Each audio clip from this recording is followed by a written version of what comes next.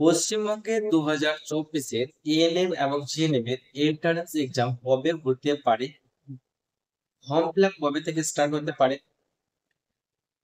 Eligibility কি কি criteria কি কি লাগবে এই এক্সামে বসার জন্য, এবং ফিস কত পেমেন্ট করতে হবে, কোন কোন সাবজেক্ট থেকে কোশ্চেন আসে অর্থাৎ সিলেবাস কি রয়েছে, এবং কোন ওয়েবসাইটে তোমরা অ্যাডমিট কার্ড ডাউনলোড করতে পারবে, ফর্ম ফিল আপ করতে পারবে, রেজাল্ট দেখতে পারবে, এবং শেষে বলবো আমি যে তোমরা প্রিপারেশন কিভাবে নেবে, কোথা থেকে প্রিপারেশন নেবে সেটাও আমি তোমাদেরকে জানিয়ে দেব।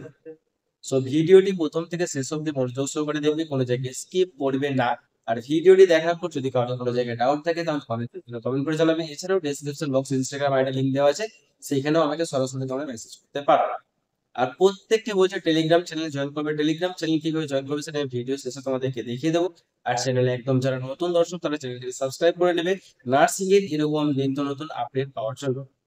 সো পশ্চিমবঙ্গে 2024 সালে এএনএম এবং জিএনএম এর এন্ট্রান্স এক্সাম কবে হতে পারে তার একটা সম্ভাব্য তারিখ বোর্ড থেকে জানিয়ে দিয়েছে, সেটা হচ্ছে 14 জুলাই 2024। আর ফর্ম ফিল আপ কবে থেকে শুরু হতে পারে সেটাও কিন্তু বোর্ডের তরফ থেকে জানিয়ে দেওয়া হয়েছে, সেটা হচ্ছে ফেব্রুয়ারি বা মার্চ মাস থেকে। বোঝা গেল? এরপর হচ্ছে তোমরা সকলেই জানো যে এএনএম হচ্ছে 2 বছরের কোর্স আর জিএনএম হচ্ছে 3 বছরের কোর্স। এই এএনএম শুধুমাত্র ফিমেল ক্যান্ডিডেটদের জন্য, আর জিএনএম হচ্ছে ফিমেল এবং মেল বোথ ক্যান্ডিডেটদের জন্য। এরপর এই এক্সামে বসার জন্য কি কি ক্রাইটেরিয়া অর্থাৎ এলিজিবিলিটি ক্রাইটেরিয়া কি কি লাগে সেটা একটু শুনে নাও। উচ্চ মাধ্যমিক পাস হতে হবে প্রথমত। দ্বিতীয়ত হচ্ছে উচ্চ মাধ্যমিকে 40% পেতে হবে। তৃতীয়ত হচ্ছে ইংলিশ সাবজেক্ট কিন্তু থাকতে হবে। আর যে কোনো বোর্ড থেকে পাস আউট করলে কিন্তু এই এক্সামে বসতে পারবে। আর সাথে সাথে তোমাদের যে এজ লিমিট সে বিষয়ে অনেকেরই ভুল ধারণা আছে, যে হয়তো 37 বছর অব্দি বা 40 বছর অব্দি এই এএনএম জেএনএম এক্সামে বসতে পারবো, তার বেশি হলে বসতে পারবো না। এটারও অনেকের ধারণা আছে, ভুল ধারণা, সেটা একটু ক্লিয়ার করে দিই। আজ থেকে কিছু মাস আগে আইএনসি অর্থাৎ ইন্ডিয়ান নার্সিং কাউন্সিল অফিসিয়াল ওয়েবসাইটে একটা নোটিশ পাবলিশ হয়েছিল। সেই নোটিশে জানানো হয়েছিল যে ANM GNM BSc post BSc MSc nursing এর অ্যাডমিশনের জন্য কোনো আপার এজ লিমিট নেই। এছাড়াও কিছুদিন আগে পশ্চিমবঙ্গের স্বাস্থ্য ভবনের অফিসিয়াল ওয়েবসাইটে একটা নোটিশের মাধ্যমে জানানো হয়েছে যে ANM GNM BSc post basic BSc MSc nursing অর্থাৎ নার্সিং এর অ্যাডমিশন নেওয়ার জন্য কোনো আপার এজ লিমিট রাখা হলো না। তাহলে তোমরা বুঝতে পারলে যে 40 বছর 37 বছর পরে ক্যান্ডিডেটরাও কিন্তু আবেদন করতে পারবে, অ্যাডমিশন নিতে পারবে। আর যে কোনো বোর্ড থেকে পাস আউট করলে কিন্তু তোমরা ফর্ম ফিল আপ করতে পারবে, আবেদন করতে পারবে। এছাড়াও যারা অন্যান্য সাবজেক্ট নিয়ে পড়াশোনা করেছে তারাও কিন্তু আবেদন করতে পারবে। আর এই বছরে যারা 2024 সালে উচ্চ মাধ্যমিক পাস করবে তারাও কিন্তু ফর্ম ফিল আপ করতে পারবে।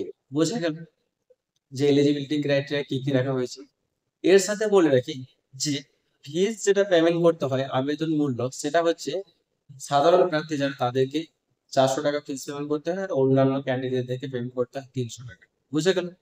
এরপর এই যে তোমাদের এক্সাম, সেই এক্সামের সিলেবাস কি অর্থাৎ কোন কোন সাবজেক্ট থেকে তোমাদের কোশ্চেন পরীক্ষায় এসে থাকে।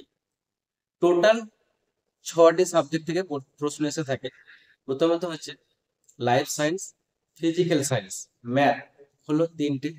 দেন তারপর তোমাদের গ্রামার থাকে, ইংলিশ, জেনারেল নলেজ থাকে, আর লজিক্যাল রিজনিং থাকে। এই 6টি সাবজেক্ট থেকে তোমাদের কিন্তু কোশ্চেন এসে থাকে। বুঝা গেল? আর কোশ্চেন যে খুব টাফ হয় তা নয়, যারা একটু ভালোভাবে প্রিপারেশন নিচ্ছ তাদের অতিরিক্ত টেনশন করার কিছু নেই। তবে একটা কথা যে এই বছর কিন্তু একটা হাড্ডাহাড্ডি লড়াই, কারণ অনেক ক্যান্ডিডেট এই শুধু এএনএম জিএনএম এর এক্সাম দেওয়ার জন্য এতদিন থেকে বসেছিল, প্রিপারেশন নিচ্ছিল, ওয়েট করেছিল। তাই যারা প্রিপারেশন নিচ্ছ তাদেরকে আমি আগেও বলেছিলাম, এখনো বলছি একটা কথা, যে সময় কিন্তু হাতে আর বেশি নেই। আর কিছু সময় পরে কিন্তু তোমাদের পরীক্ষা দিতে হবে। সো প্রিপারেশন যারা নিচ্ছ তারা সমস্ত কিছু প্রিপারেশন ঠিকঠাক ভাবে নাও প্রত্যেকটা সাবজেক্ট থেকে। আর যখন ফর্ম ফিল আপ শুরু হবে, রেজাল্ট আউট হবে, অ্যাডমিট কার্ড ডাউনলোড করতে হবে, সমস্ত বিষয়গুলো ভিডিওর মাধ্যমে তোমাদেরকে জানিয়ে দেব। তাহলে সম্পূর্ণ বিষয়টি বুঝতে পারলে তোমরা। এরপর শুনে নাও যে তোমরা প্রিপারেশন কিভাবে নেবে। তোমরা যদি কেউ চাও যে অনলাইন কোচিং ক্লাস করবে, পেড ক্লাসও করতে পারো, ফ্রি ক্লাসও করতে পারো, তাহলে আমাকে ইনস্টাগ্রামে তোমরা মেসেজ করো। ইনস্টাগ্রাম আইডিতে তোমরা অন স্ক্রিনে দেখতে পাচ্ছ, এছাড়াও ডেসক্রিপশন বক্সে লিংক দেওয়া আছে, সেখানে মেসেজ করো। আমি তোমাদেরকে বলে দেবো যে কোন কোচিং সেন্টারে অনলাইন ক্লাস বা ফ্রি ক্লাস তোমরা, সেখানে ভালো গাইডেন্সও দেওয়া হয়, সমস্ত কিছু দেওয়া হয়। তোমাদেরকে আমি সেটাই বলে দেবো, তোমরা সেখানে কন্ট্যাক্ট করে নিতে পারবে, অনলাইন ক্লাস করতে পারবে, এছাড়াও তোমরা সাথে সাথে ফ্রি ক্লাসও করতে পারবে। বুঝে গেল? সো প্রিপারেশন যারা নিচ্ছ ভালোভাবে প্রিপারেশন নাও। আর যদি কোনো রকম ডাউট থাকে বা কোনো কিছু জানার থাকে, তোমরা কমেন্ট বক্সে জানাতে পারো। এছাড়াও ডেসক্রিপশন বক্সে ইনস্টাগ্রাম আইডি লিংক দেওয়া আছে, সেখানেও তোমরা আমাকে সরাসরি মেসেজ করতে পারো। সো ভিডিওটি বন্ধুদের মধ্যে শেয়ার করে দাও। আর পরবর্তী ইনফরমেশন গুলি পাওয়ার জন্য চ্যানেলটিকে অবশ্যই ফলো করবে।